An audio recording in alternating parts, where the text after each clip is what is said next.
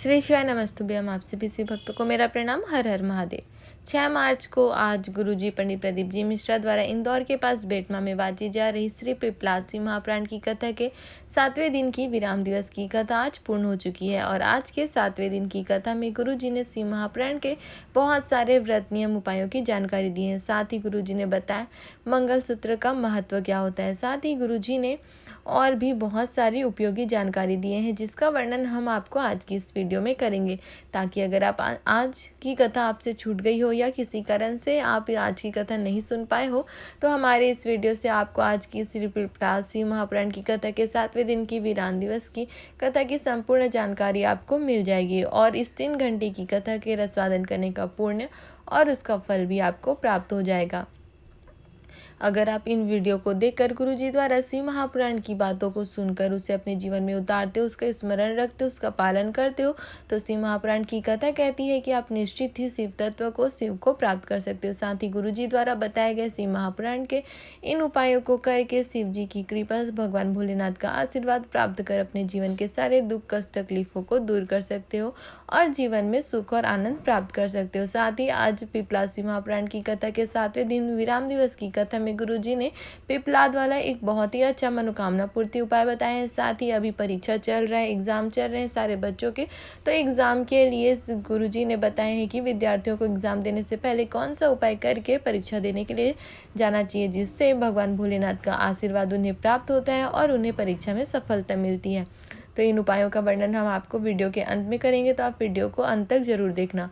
और उससे पहले, वीडियो को शुरू करने से पहले, अगर आप हमारे चैनल पर नए हो तो हमारे चैनल को कर लीजिए सब्सक्राइब, ताकि गुरुजी पंडित प्रदीप जी मिश्रा द्वारा श्री महापुराण की कथाओं में बताए गए सारे व्रत नियम उपायों की जानकारी के साथ साथ विशेष दिन की भी जानकारी आपको ऐसे ही मिलती रहे।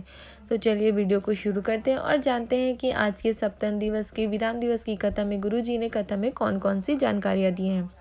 तो कथा को शुरू करते हुए गुरुजी ने कहा कि जिस तरह जब तक हम बिजली की डोर को बोर्ड से या प्लग से नहीं जोड़ते हैं तब तक उस बिजली की डोर में करंट नहीं आती है, उसी तरह आप मंदिर चले जाओ, शिव जी के द्वार पर जाओ या आप शिव जी की मंदिर की चौखट पर चले जाओ, पर आपको शिव की भक्ति, शिव तब तक प्राप्त नहीं हो सकते जब तक आपका मन, आपका चित्त, आपका हृदय भगवान से, मेरे शिव से कनेक्ट नहीं हो जाता है।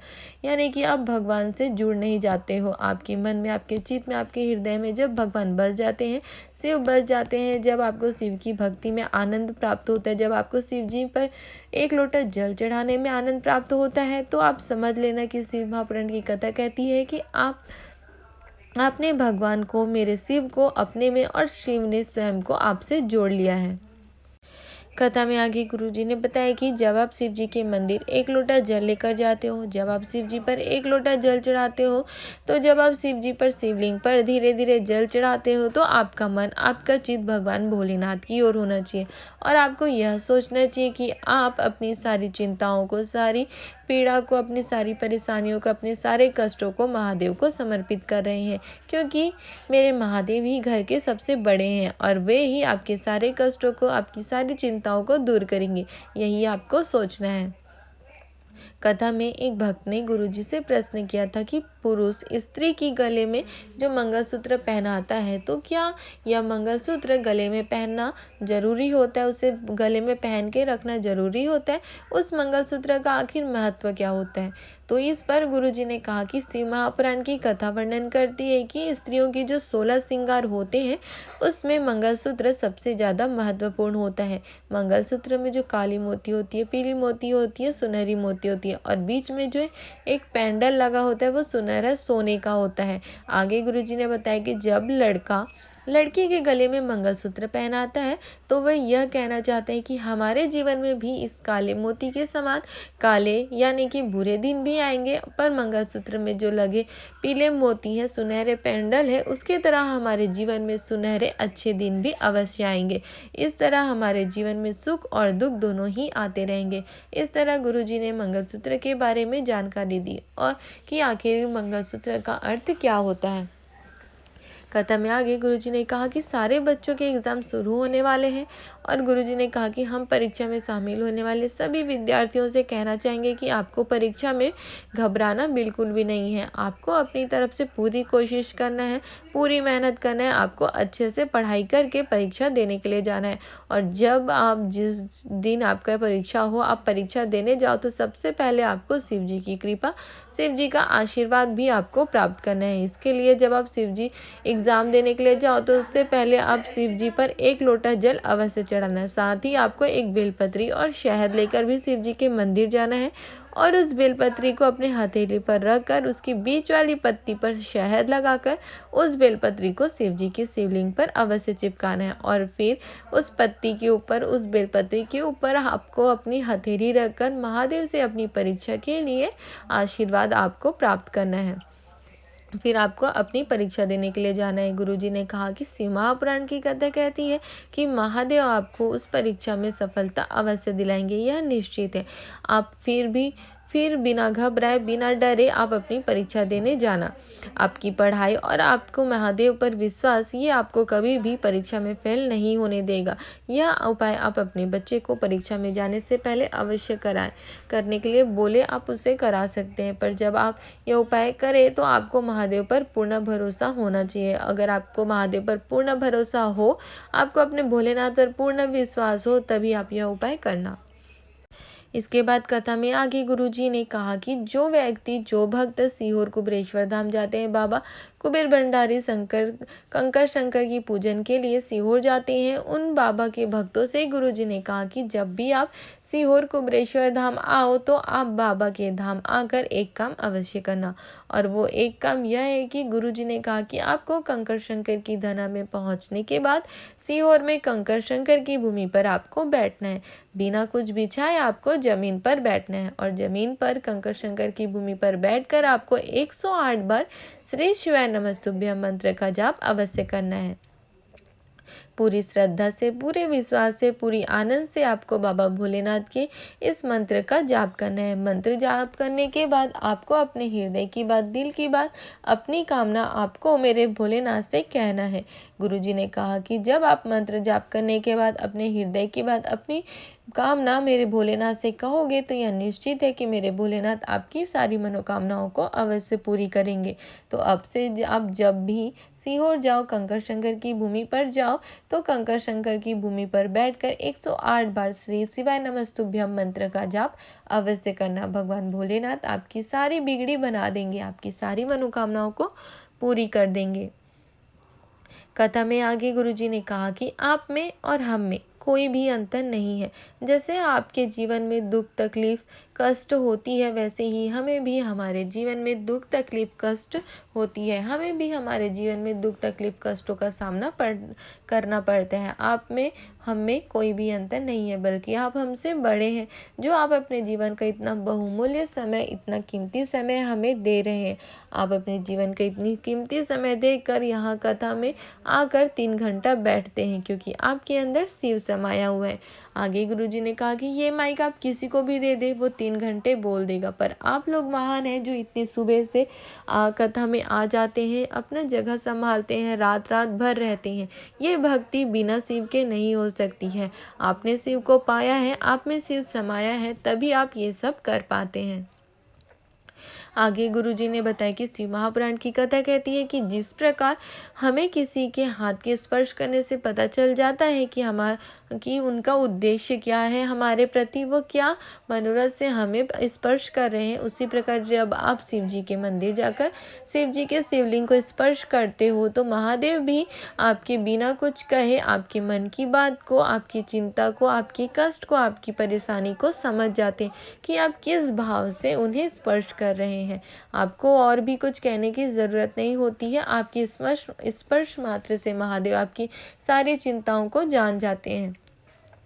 कथा में आगे गुरुजी ने कहा कि आपको मंदिर में पूजन करते समय अगर आपको ऐसा लगता होगा कि आपको कोई देख रहा है, आपके पीछे से कोई निकल गया, इस तरह से आपको लगता होगा, या कभी कोई चीज़ मंदिर में आपके ऊपर आकर गिर जाती हो, ऐसा कभी ना कभी आपके साथ अवश्य ही हुआ होगा कि आपको यह लगे कि आपके पास कोई है, आपको कोई देख रहा है। तो इस पर गुरुजी ने कहा कि शिव महापुराण की कथा कहती है कि आप जिस श्रद्धा भक्ति से शिव जी की पूजा करते हो, जिस विश्वास से शिव की भक्ति करते हो, तो वो शिव ही है जो आपके आसपास से निकल जाते हैं, और वो शिव ही है जो देखते हैं कि आप कितनी श्रद्धा से, कितनी भक्ति से उनकी पूजा कर रहे हो। आज की कथा में गुरुजी ने बताया कि अगर घर की स्त्री घर में आए मेहमान को पानी पिलाकर सम्मान नहीं कर पाती है, घर की स्त्री घर में आए अतिथि को आदर सूचक शब्द बोलकर सम्मान नहीं कर पाती है, अगर घर की स्त्री घर में आए अतिथि को प्रणाम करके उस अतिथि का आदर सम्मान नहीं कर पाती है, मतलब कि घर की स्त्री किसी भी प्रकार से घर में आए अतिथि का सम्मान नहीं कर पाती है, पर अगर वह घर में आए अतिथि के सामने अपने सर पर पल्लू रख लेती है तो वो सम्मान काफ़ी है। वह सम्मान सभी प्रकार के सम्मानों में श्रेष्ठ है, सबसे ऊपर है। स्त्री के सर पर पल्लू लेने से ही इस अतिथि का सम्मान स्वयं अपने आप ही हो जाता है। साथ ही शिव महापुराण की कथा कहती है कि स्त्री के साड़ी के पल्लू मात्र साड़ी का कपड़ा नहीं होता है, उस स्त्री के साड़ी के पल्लू में उसके पूर्वजों का, उसके पितृ देवताओं का आशीर्वाद होता है। और जब वो सर पे पल्लू लेती है तो उसे उसके पूर्वजों के, उसके पितृ देवताओं का आशीर्वाद, उसकी कृपा उसको प्राप्त हो जाती है। कथा में आगे गुरुजी ने बताया कि सीहोर कुबरेश्वर धाम का जो रुद्राक्ष है वो किसी कुरियर से या पैसे से नहीं दिया जाता है, किसी कुरियर से भिजवाया नहीं जाता है। सीहोर कुबरेश्वर धाम का जो रुद्राक्ष है वो सीहोर में ही दिया जाता है, उसके लिए आपको कोई भी पैसा देना नहीं पड़ता है, वो बिल्कुल मुफ्त होता है। साथ ही गुरुजी ने अपनी कथा में बताया है कि रुद्राक्ष महोत्सव में जो रुद्राक्ष का वितरण बंद हो गया था, तो गुरुजी ने बाद में उसकी जानकारी दी थी कि अब से साल के 365 दिन सीहोर कुबरेश्वर धाम में ही रुद्राक्ष का वितरण होगा। आप जब चाहो तब सीहोर आकर बाबा का प्रसाद रुद्राक्ष को प्राप्त कर सकते हो। साथ ही रुद्राक्ष वितरण में जो आपको आधार कार्ड दिखाना पड़ रहा था, अब आपको कुछ भी दिखाने की ज़रूरत नहीं है, कुछ भी लाने की ज़रूरत नहीं है। आप जब जाओगे सीहोर कुबरेश्वर धाम तब आपको रुद्राक्ष प्राप्त हो जाएगा। ये थी आज की कथा की सारी जानकारी। अब कथा के अंत में और इस पिपलाद शिव महापुराण की कथा के अंतिम दिन की विराम दिवस की कथा में गुरुजी ने जो पिपलाद वाला उपाय का वर्णन किए हैं उसकी जानकारी हम आपको देंगे। गुरुजी ने बताया कि शिव महापुराण की कथा में मेरे भोलेनाथ का एक संवाद वर्णन करता है कि स्वयं महादेव ने पिपलाद को आशीर्वाद दिया था और कहा था कि अगर संसार का कोई भी व्यक्ति पीपल के पेड़ के नीचे पिपलाद का नाम लेकर पिपलेश्वर महादेव का स्मरण करेगा तो मैं उसे मनवांछित फल प्रदान कर दूंगा।